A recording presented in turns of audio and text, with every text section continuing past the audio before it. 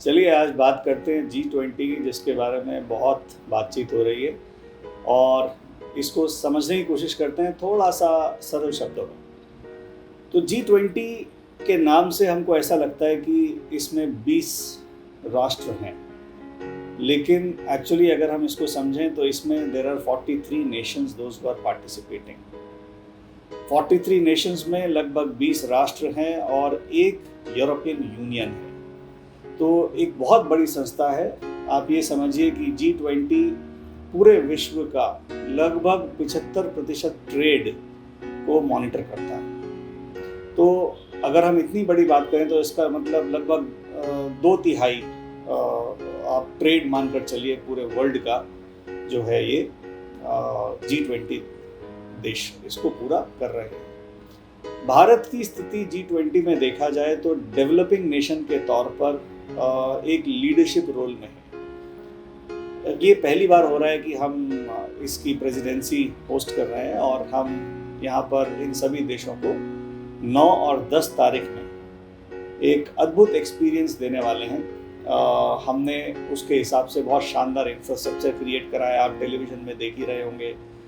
और सभी राष्ट्राध्यक्षों के लिए अलग अलग सुविधाएं, उनके लिए एक से एक बेहतर कल्चरली सोशली उनको बताने की कोशिश करी गई है कि हमारे भारत में कितनी विविधता है। तो अगर हम G20 की बात करें तो इस G20 जैसे एक संस्था में हमारा जो एक बेसिक कॉन्सेप्ट था वो ये था कि कहीं ना कहीं जो डेवलप्ड नेशंस हैं और डेवलपिंग नेशंस हैं वो एक साथ एक प्लेटफॉर्म पर आए।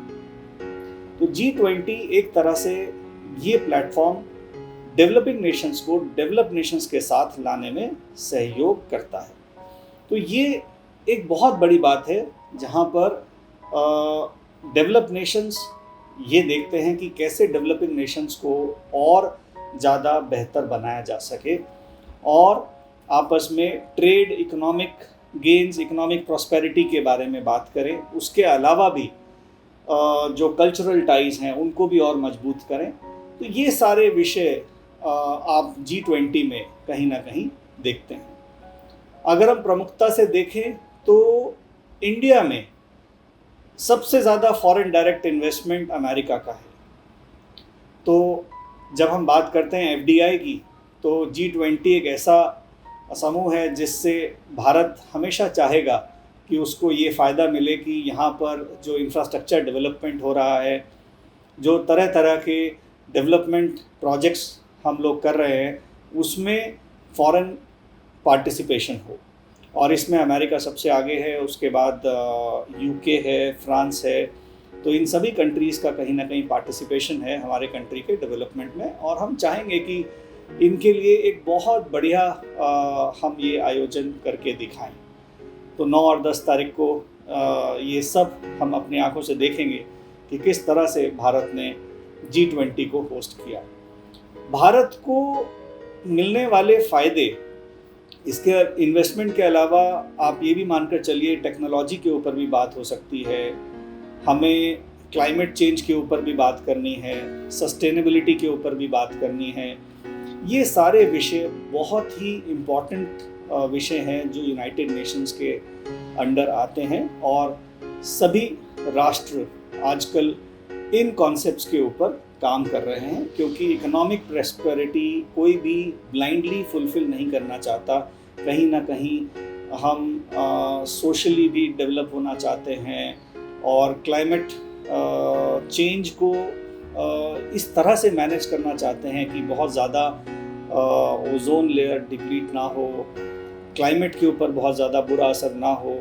तो डेवलपमेंट के साथ इन मुद्दों के ऊपर भी बहुत गंभीर चर्चा होने की संभावना है G20 में। और भारत जैसे देश को इन सभी राष्ट्रों से क्या फ़ायदा है ये बात भी समझनी चाहिए। तो भारत एक बहुत बड़ा देश है जिसकी 140 करोड़ पॉपुलेशन है। तो आप ये समझ सकते हैं कि कितना बड़ा कंज्यूमर बेस है। तो इन कंट्रीज़ को जब अपनी मल्टीनेशनल कंपनीज़ को कहीं एक्सपैंड करना है तो भारत एक सबसे बड़ी मार्केट है।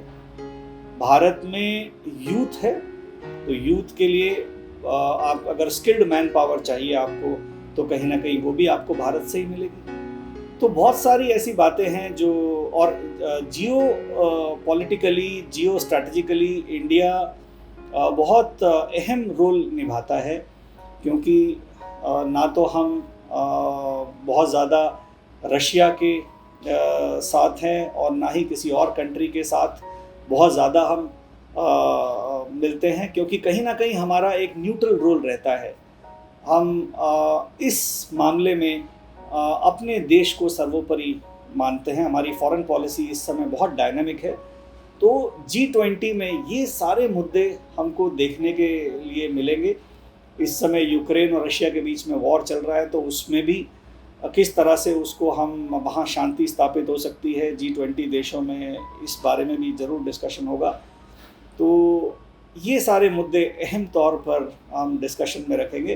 तो ये एक ऐसा संस्थान है, G20 एक इस तरह का एक ग्रुप है जहाँ पर कहीं ना कहीं इन्वेस्टमेंट के बारे में बात होगी, इकोनॉमिक प्रॉस्पेरिटी के बारे में बात होगी, और म्यूचुअल ट्रस्ट को कैसे डेवलप करा जाए, इन सब चीज़ों के बारे में बातचीत होगी। और मेरी बहुत बहुत शुभकामनाएं सभी को 9 और 10 तारीख के लिए।